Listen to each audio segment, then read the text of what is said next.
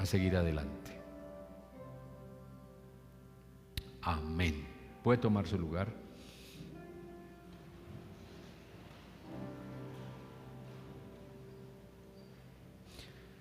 Hermanos, este mes de septiembre lo vamos a dedicar al compañerismo. Hablaremos mucho a la luz de la palabra de la unidad. Unidad en la iglesia, de la unidad en la familia, de la unidad en el trabajo. Vamos a hablar de la convivencia, donde nos toque vivir qué convivencia estamos teniendo. Vamos a hablar de la iglesia, del compañerismo de iglesia, de la vida de iglesia. Hechos, el capítulo 2, en adelante nos habla del compañerismo. Hechos narra que la iglesia de los primeros cristianos, apenas estaba conformando la iglesia, apenas había gente creyendo en Jesucristo, apenas estaban encontrando en las casas, apenas estaban encontrando en las cavernas, porque inicialmente la iglesia no se le fue fácil reunirse. Esto que tenemos hoy es un regalo de Dios. Tener un templo, luz, micrófonos, tener bancas, tener un ambiente propicio para concentrarnos. Eso no existía en los primeros siglos.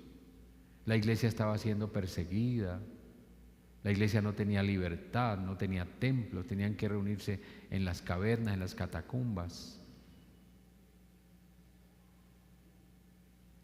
Entonces, hoy uno puede decir, Señor, gracias. Y la iglesia en su inicio tenía unas costumbres, unos comportamientos que son muy, muy valiosos para nosotros hoy. Y es lo que yo quiero hacer, devolverme 2000 años atrás para que miremos cómo era la iglesia hace 2000 años atrás. Y si es de pronto nosotros hemos cambiado mucho, volver al origen de lo que era la iglesia. Gracias a Dios tenemos la palabra para eso. Y lo primero que dice aquí en Hechos capítulo 2, el versículo 43, titulado La vida de los primeros cristianos, lo primero que dice aquí es que la iglesia tenía temor. Una iglesia temerosa. La palabra temor en la Biblia significa dos cosas, dependiendo del contexto. Uno, respeto, asombro y sumisión.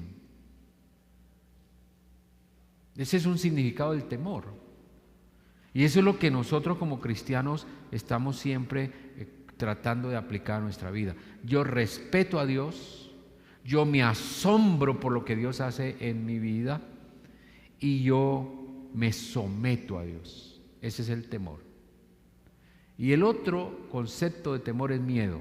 Me da miedo, Dios me va a castigar, yo hago esto para evitar el castigo. Ese no es el modelo básico de congregarnos. Nosotros no nos congregamos porque tenemos miedo. Nosotros nos congregamos porque tenemos reconocimiento, porque tenemos el sentido del respeto a Dios, el sentido de adoración a Dios. No porque yo tengo miedo. Hay algunas iglesias y algunos líderes que su predicación es de miedo. Si usted no diezma, se le va a quemar la casa. Si usted no asiste a la iglesia, va a venir el arrebatamiento y usted se va a quedar. Ese mensaje no es el que a mí me gusta dar. Es posible que sea verdad que el Señor nos castiga cuando uno es desobediente. Y cuando repite y repite la desobediencia, va de pronto a tener consecuencias de la desobediencia. Adán y Eva tuvieron consecuencias de la desobediencia. Pero yo prefiero hablarles en términos positivos. Yo prefiero animarlo a usted para que usted no le tenga miedo a Dios, sino que le tenga temor, respeto, admiración. Y lo primero que dice el versículo 43 de Hechos 2 es: y sobrevino temor a toda persona, y muchas maravillas y señales eran hechas por los apóstoles. Sobrevino temor. La unidad en una iglesia se experimenta cuando todos los que nos congregamos tenemos temor, respeto por Dios. Y es lo que yo percibo aquí.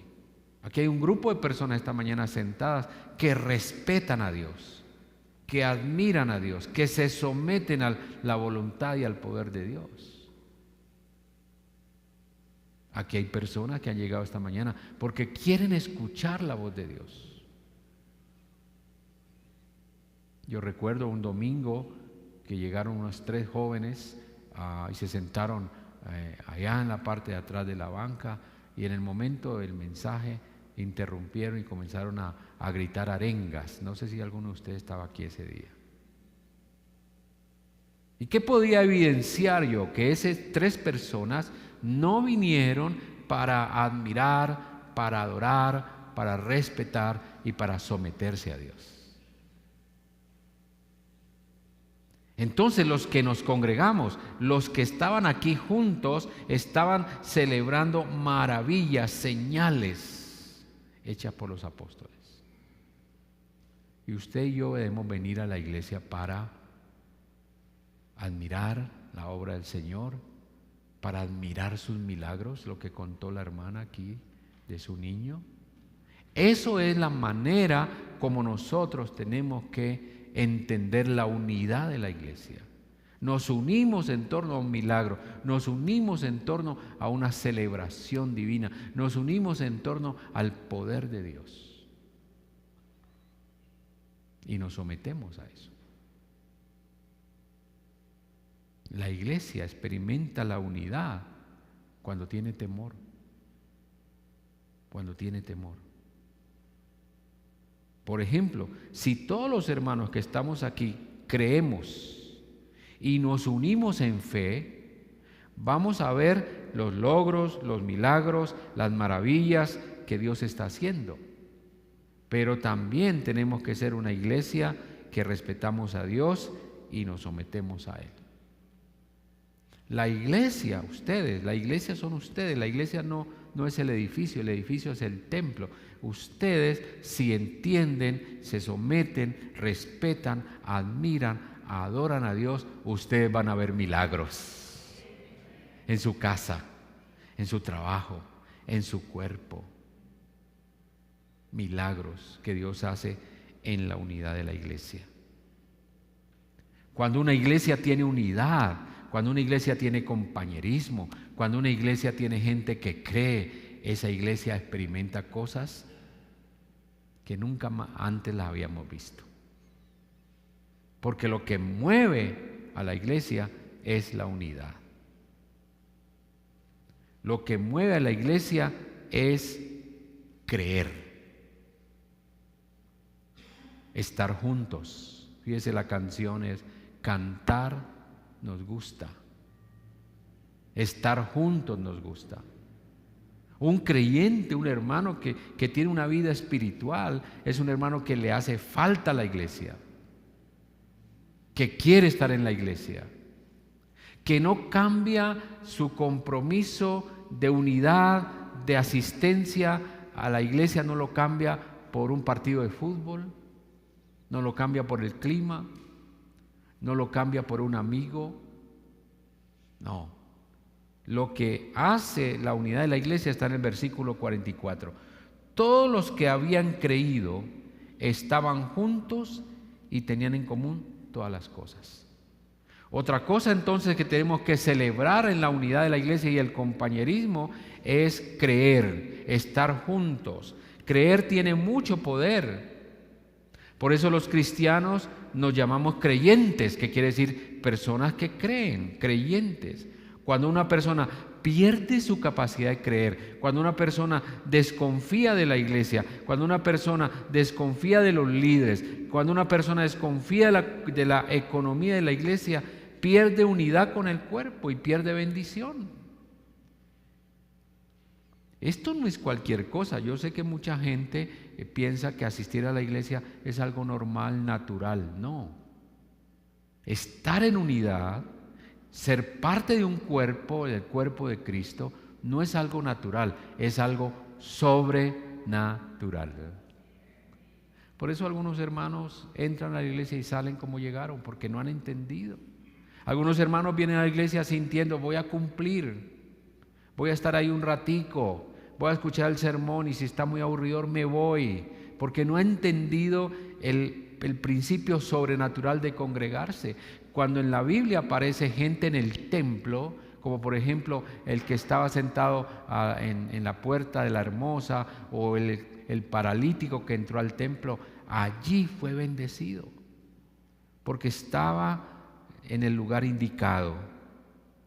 Se pierde unidad en el cuerpo y se pierde bendición cuando no entendemos la unidad. Usted como miembro de la iglesia debe creer en lo que Dios nos dice a través de la predicación. Debe creer en la palabra. Usted como miembro de la iglesia debe creer en el pastor. Imagínese usted aquí sentado escuchando esta palabra y usted no cree en mí. Tiene que haber una creencia en el líder. Debe creer en el compañerismo de la iglesia. Debe creer en el concepto de familia cristiana. Nosotros somos una familia, por eso nos llamamos hermanos. Y no le diga hermano a cualquier persona que no se hace parte de la familia. Tiene que pedirle al Señor discernimiento, porque a la iglesia tiene una puerta al público, está abierta en este momento y cualquier persona que llegue acá puede llegar y sentarse, pero no todos los que llegan acá son hermanos. Así que si alguien hace un daño en la iglesia, roba su cartera o roba su dinero o roba su Biblia, no diga, en esa iglesia hay hermanos ladrones. No, ese no era hermano. Ese era un ladrón. O si alguien lo maltrata a usted o le dice algo, en esa iglesia hay hermanos que son maltratadores. No, no era hermano, era un ladrón. Cuando usted no cree en lo que Dios está haciendo en la iglesia, porque hay gente incrédula, entonces le decimos a los hermanos, vamos con la ayuda de Dios, con el esfuerzo, con la dedicación, vamos a recoger estos 40 millones para pagar nuestra deuda del sonido. Y un hermano y pregunta a uno, ¿cuántos de ustedes se ajustan, se apuntan, ayudan? Y siempre alguien que dice, yo no creo. Eso no se va a lograr, o ese dinero se va a embolatar. Yo no. Cuando una persona está en la iglesia y es un incrédulo, esto le roba bendición. Se lo voy a demostrar bíblicamente. Vamos a ir a Juan, capítulo 20.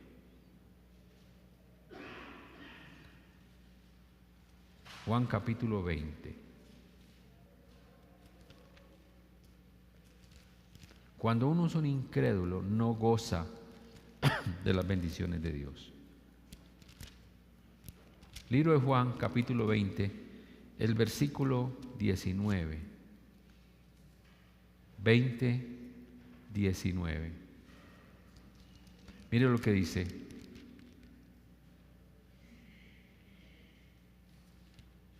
Un momento que se perdió aquí.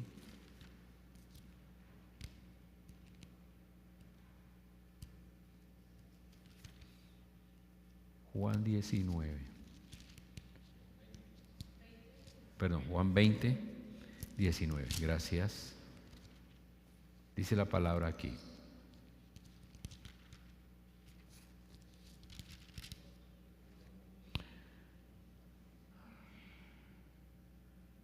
Cuando llegó la noche de aquel mismo día, el primero de la semana, domingo, ¿no? Primer día de la semana es domingo, ¿cierto?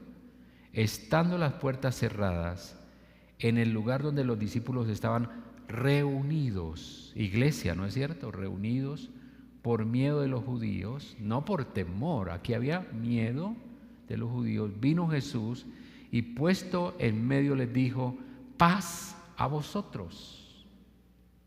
Y cuando les hubo dicho esto, les mostró las manos y el costado, y los discípulos se regocijaron viendo al Señor.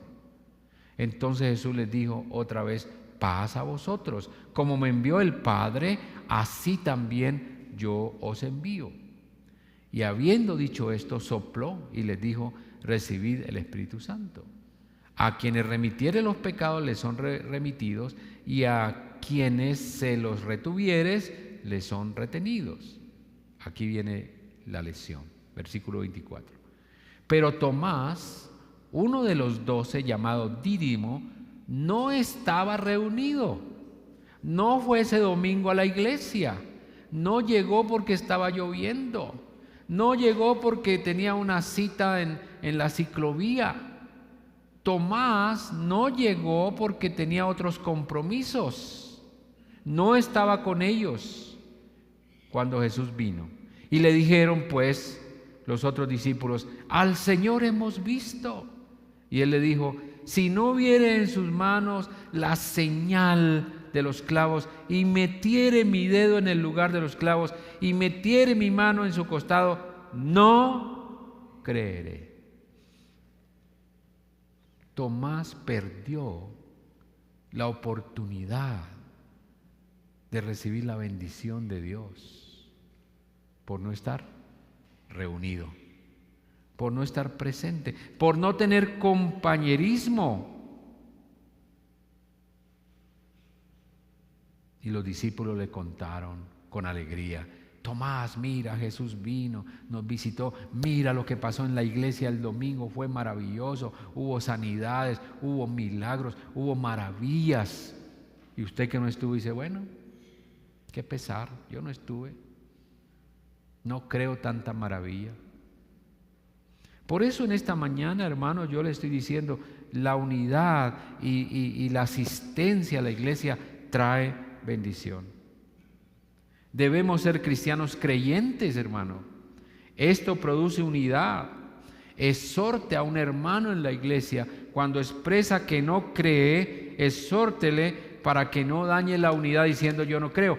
Tomás dañó la unidad de los discípulos cuando dijo: no creeré. ¿Qué sintieron los demás? No nos crea a nosotros, no le crea a Dios.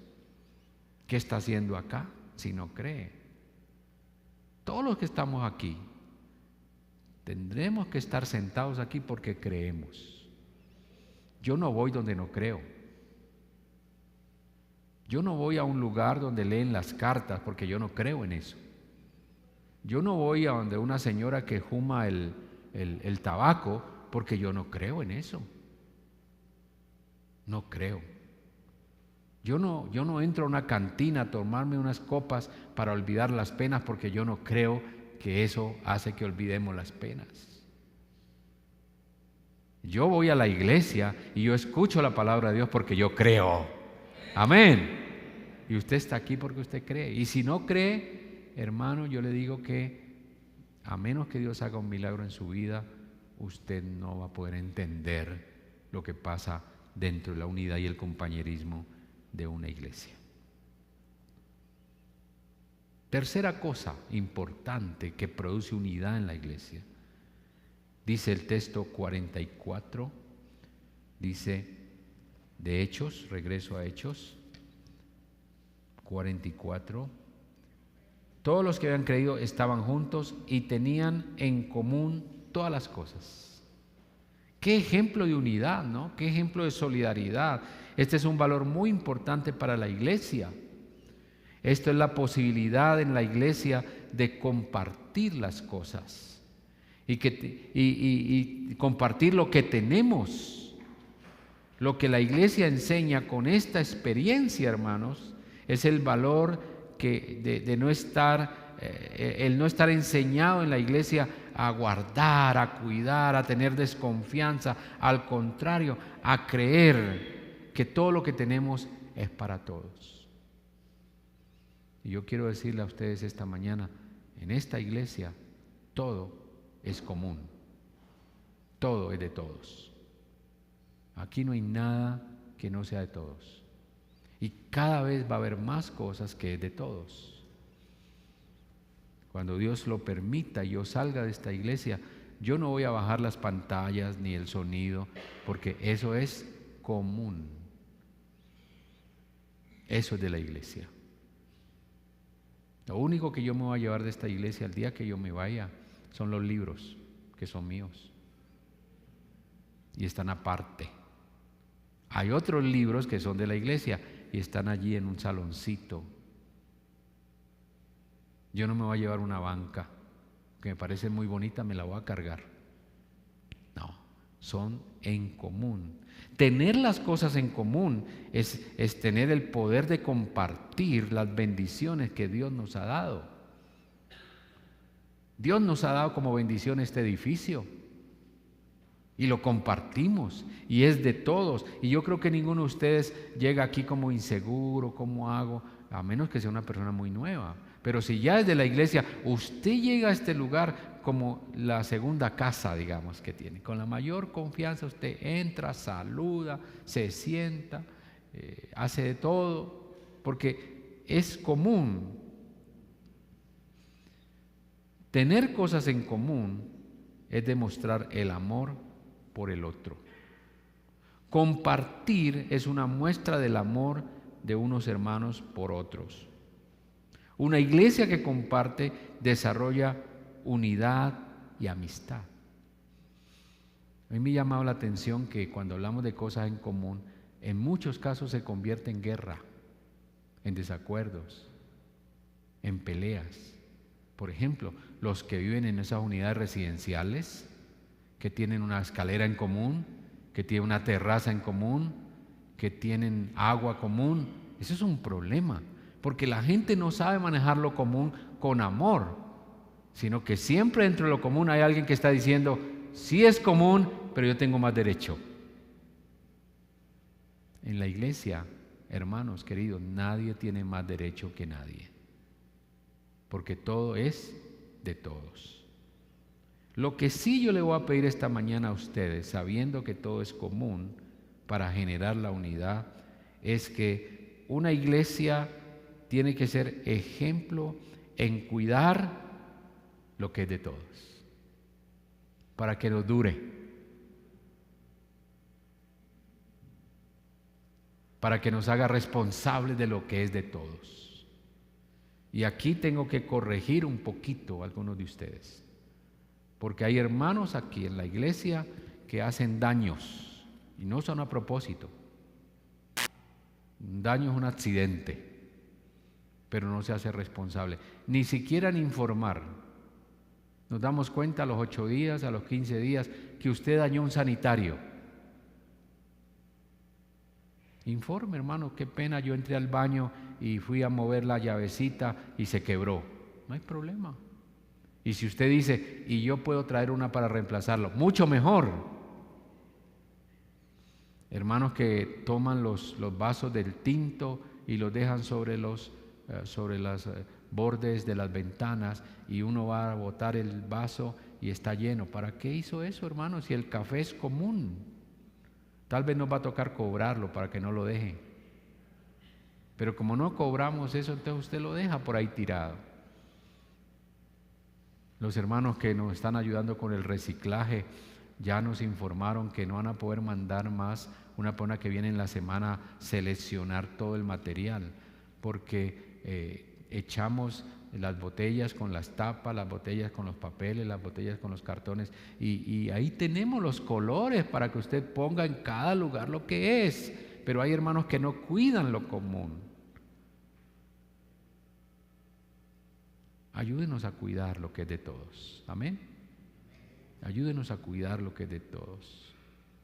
No malgaste, no dañe, no tire.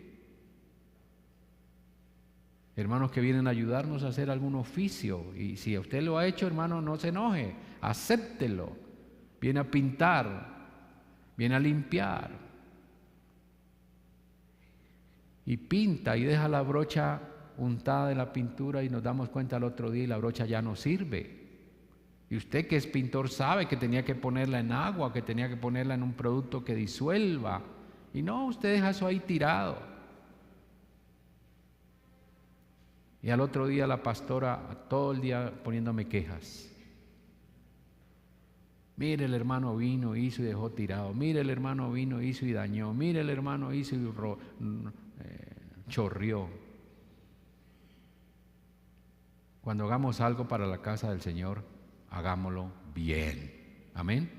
Porque es la manera como glorificamos el nombre de Dios. Y ofrézcase para ayudar en lo común. Aquí todo es de todos. No hay alguien que tenga que hacer las cosas, lo hacemos todo. Tenían en común todas las cosas. Versículo 45. Vendían sus propiedades y sus bienes. Vendían. Wow, esto es un impacto, esto es algo nuevo. La gente de la iglesia del primer siglo vendían lo que tenían. Eso lo dice el versículo 45. Y vendían sus propiedades y sus bienes y los repartían a todos según la necesidad de cada uno. Una persona que hace esto es una persona que está por encima del diezmo, de la generosidad, de ayudar a alguien. Está con un corazón muy grande.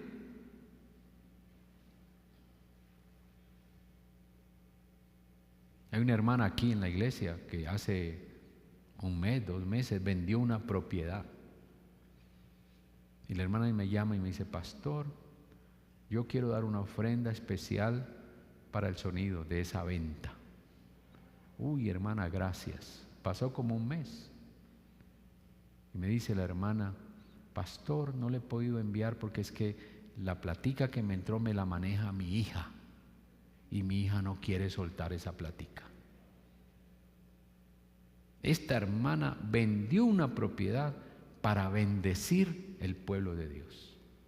¿Cuántos de ustedes han vendido propiedad y todo para mí, para mí, para mí? ¿Cuántos de ustedes han tenido una bendición económica y todo para mí, para mí, para mí? Y el campamento del Señor en miseria, la iglesia del Señor en necesidades. Aquí había una costumbre hace años, gracias a Dios, con la pedagogía, la enseñanza, la paciencia, hemos cambiado eso. Pero aquí había una costumbre, y es que el hermano traía a la iglesia donaciones, y la donación que traía era la silla sin pata. Se le había quedado la pata, lo llevo para la iglesia. El televisor quemado, se quemó el televisor, lo llevo para la iglesia a ver si hay alguien lo arregla. Lo que le sobraba a usted en la casa porque estaba viejo, malo, acabado, eso era lo que usted donaba. Y teníamos un salón donde están los jóvenes hoy. Ese salón era un salón de todo lo que los hermanos traían. Y nada de eso servía. Ahí no hay generosidad, hermanos. Ahí no hay amor por la obra. Demos a la iglesia cosas que sirvan, cosas que son buenas, que de pronto ya son viejitas, sirven, pero funcionan. Porque aquí no tenemos técnicos para que arregle todo lo que nos llegue dañado. Tenemos que amar la obra, y amar la obra nos lleva a ser unidos. Esto que estamos logrando del proyecto del sonido, eso es una bendición, hermano. Yo le decía a alguien, no me acuerdo a quién, es una bendición esta congregación que haya logrado reunir ya a este momento 30 millones. Ya hemos pagado 30, nos quedan 10. Estamos cortos porque de los 10 hemos recibido 3. Pero el resto están ustedes. ¿Lo creen o no? Pero hay que darlo. No voy a decir, hermano, cuente con 5 míos. Posiblemente no puedo, pero cuente con mis 20,000, cuente con mis 50, cuente con mis 30. Y entre todos juntos lo vamos a lograr en el concepto de unidad de la iglesia. Y si usted ha recibido una bendición, este es el tiempo para bendecir. Yo soy bendecido para bendecir. Bendecido para bendecir. Dígale a su hermano eso. A usted lo ha bendecido Dios para que bendiga la obra. Usted tiene por ahí algo para bendecir la obra. Mire un ejemplo, el samaritano. ¿Cuántos hemos leído la parábola del samaritano? Hermosa, ¿no? Y pasó un sacerdote, no puso atención, pasó un levita, tampoco, pero pasó un samaritano y vio a un hombre golpeado a la orilla del camino, casi medio muerto. Y el samaritano dice que lo recogió, lo puso en su cabalgadura, le puso aceite, lea el texto, le puso vino, eso está en Lucas 10, 33 al 37. Le puso vino, lo llevó al mesón, le dijo al mesonero, cuídelo y cuando yo vuelva, si ha gastado algo extra, se lo pago. ¡Wow! Generosidad, solidaridad, tremenda. Pero yo le quiero decir algo, el samaritano no hizo lo que hizo la iglesia del primer siglo. ¿Sabe por qué? Porque el samaritano no vendió nada para ayudar al pobre, para ayudar al caído, para ayudar al que fue maltratado. El samaritano no vendió el caballo para ayudar al hombre caído. La Biblia dice en Hechos que esta gente vendieron su propiedad para darlo a los que tenían necesidad. Eso sobrepasa la solidaridad. Y algunos hermanos acá, algunos hermanos en la iglesia general, creen que cuando dan el diezmo, cumplí. Pero necesitamos algo extra. No, yo ya di, yo ya cumplí. Yo cumplo con mis diezmos. Que el pastor se las arregle con el diezmo que entra, pero que no me pida nada extra, porque mi corazón no da más de ahí. Entonces imagínese un hermano que diezma y dice ya cumplí. Imagínese uno que ni siquiera diezma. Y aquí hay varios hermanos que no diezman. Y que si usted no diezma, hermano, usted no va a ver la bendición de Dios. Usted va a ser sostenido porque Dios lo ama, pero usted no va a ser, como dice Juan 10:10, sobreabundado. Ese es el verdadero milagro de Dios, que yo tenga sobreabundancia para bendecir más. No como el hombre de los graneros que decía, me has bendecido mucho, Señor, voy a tumbar estas paredes para almacenar más. Y el Señor le dice, esta noche vienen por tu alma. Misericordia es buena, pero podemos ir más allá de la misericordia. Versículo 46. La unidad en el compañerismo. Dice el versículo 46, dice, y perseveraron unánimes cada día en el templo, partiendo el pan en las casas, comían juntos con alegría y sencillez de corazón. Alegría y sencillez de corazón. El texto dice que se congregaban permanentemente. Cada día en el templo, los hermanos que se congregan permanentemente desarrollan unidad y compañerismo. Y algunos de ustedes no son permanentes en la iglesia, aparecen una vez al mes, por allá cada 6 meses, en las actividades especiales, Día de la Madre, Día del Padre, los días especiales. Y no se sienten parte de la familia. Y no se dan cuenta que el compañerismo se genera con la permanencia. Desarrollamos unidad y compañerismo, conseguimos amigos en la iglesia cuando experimentamos esa continuidad. Mire, dice que partían el pan en las casas, comían juntos con alegría, con sencillez de corazón. Había un ambiente de familiaridad, había un ambiente de coinonía. Por eso yo los animo y los felicito. Sigamos generando ambientes de coinonía, de familia. A veces no somos la mejor familia, pero hacemos todo lo posible para que el hermano que viene se sienta en familia. Yo felicito a los hermanos que salen de sus bancas en el momento de la bienvenida y saluda al hermano y le da un abrazo y se queda ahí conversando con él un momentico. Eso es la iglesia del Señor. Eso es la celebración. Ese es el encuentro.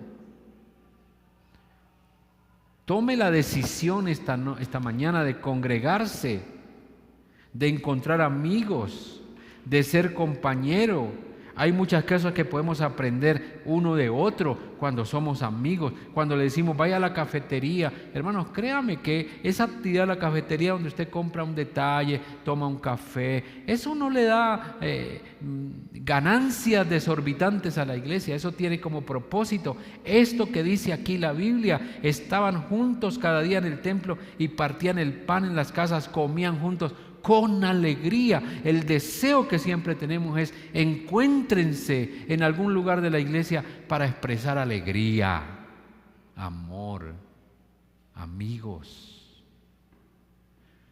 Somos amigos.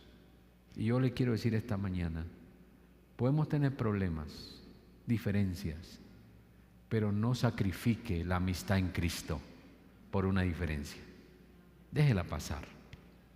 Déjela pasar. Yo a veces he tenido diferencias serias con algunos de ustedes, pero nunca he sacrificado mi amistad. Siempre lo trato como amigo, como hermano, como oveja. Porque nada que pueda pasar entre usted y yo puede romper la amistad en Cristo. Seguimos siendo amigos. Si usted es capaz de soportar la diferencia, si usted es capaz de soportar el error, si usted es capaz de soportar la palabra desubicada, si usted es capaz de soportar la acción que no te expresó amistad o amor. Tener una iglesia que valora la amistad, el compañerismo, genera la posibilidad de que otros quieran estar con nosotros. Versículo 47 y último. Dice: y alabando a Dios y teniendo favor con todo el pueblo. Y el Señor añadía cada día a la iglesia los que habían de ser salvos. ¿Quién añadía? El Señor. El Señor añadía. Lo que tú tienes que hacer es hacer lo correcto. Lo que tú tienes que hacer es ser ejemplo. Lo que tú tienes que hacer es tratar bien a todo el mundo. Lo que tú tienes que hacer es amar al diferente. Pero el que produce el crecimiento es el Señor. Muchas iglesias están equivocadas. En algún momento esta iglesia estuvo equivocada, porque yo recuerdo a algunos miembros que me decían: pastor, desde que usted llegó aquí, la iglesia se ha decaído. La iglesia ha perdido mucha gente. La iglesia le falta como alegría. Y yo pensaba 3 cosas. Una, el pastor no produce ovejas. Las que producen ovejas son las ovejas. El pastor ayuda a cuidar a los recién nacidos. Ayuda a cuidar que las ovejas no se partan las piernas. Pero el pastor no hace parto de ovejas. Pablo decía: sufro dolores de parto por usted, pero Pablo no pudo tener un hijo físico, ¿no? Porque no podía, pero sí cuidaba. La segunda cosa está aquí: el Señor añade a los que son de Cristo. Así que no me haga responsable a mí porque el domingo X la iglesia no está llena. Hágase responsable usted, porque usted no hace lo que hoy, por ejemplo, hizo María Victoria. Usted no trae sus amigos, usted no trae su familia, usted no trae sus compañeros de trabajo. Entonces toda la palabra que yo predico se queda entre nosotros. El Señor añadía. Y la tercera cosa, hay gente que viene a la iglesia y no vuelve. Y si uno tuviera la oportunidad de preguntarles, algunos dirían: no, es que como que no me sentí bien, es que yo no vi buen ambiente, es que a mí me parece que hay muchos problemas, es que, y la persona no vuelve por nosotros. Cuando una iglesia es unida, cuando una iglesia es de compañerismo, esa iglesia atrae a otros, los atrae. Las personas dicen: me gusta ir allá, me gusta estar ahí. Por eso el himno, ¿no? Cantar, estar nos gusta unidos. Salgamos con ese desafío hoy, hermanos. Que hoy salgamos diciendo, Señor, yo voy a comportarme como una iglesia unida, como una iglesia amiga, como una iglesia compañera. Pónganse en pie y vamos a finalizar.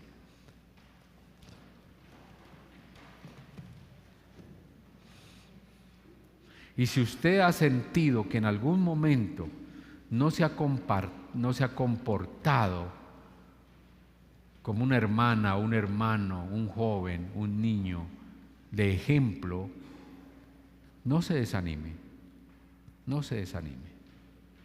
Uno encuentra en la historia bíblica iglesias que tuvieron muchos problemas, diferencias, comportamientos de mal testimonio. Encuentra uno hermanos que tenían vida sexual con la esposa de su padrastro. Y eso era para romper la vestidura, ¿no? Y para decir, oiga, ¿en qué estamos? ¿Qué iglesia tan terrible? Esa es la oportunidad para decir, podemos cambiar. Esa es la oportunidad para decir, Señor, te doy gracias por el problema que tuve en la iglesia, porque eso me enseñó. Ahí está la clave, me enseñó. Porque en la iglesia todo nos enseña, ¿no? No solamente la palabra, sino también las experiencias. Dígale al Señor, Padre, gracias por la iglesia. La iglesia no es mía, Señor. La iglesia es tuya. Tú eres la cabeza. Tú eres el cuerpo. Y yo te pido, Padre, hoy que me perdones. Porque a veces por algunas palabras mías o acciones mías, yo he contribuido a romper la unidad de la iglesia. Pero quiero decirte, Señor, yo no lo he hecho con mala intención. No me di cuenta. Pero hoy con esta palabra, lo único que está en mi corazón es pedirte perdón. Perdón por no hacer las cosas como tú quieres. Perdón por no entender tu propósito. Perdóname, Señor. Yo quiero cada día caminar de la mano tuya. Gracias por amarme. Gracias por recibirme como iglesia. Gracias por formarme. Bendigo este tiempo en el nombre de Jesús. Amén y amén. Ponga la mano sobre su hermano y dígale estas palabras. Jehová te bendiga y te guarde. Jehová haga resplandecer su rostro sobre ti. Jehová tenga de ti misericordia. Y Jehová ponga paz en tu corazón. Dígale al hermano, a la hermana, usted me cae bien. Lo invito al refrigerio. Yo pago. Yo pago hoy porque estoy inspirado. Pago hoy. Dios lo bendiga y éxitos esta semana, que sea una semana de bendición.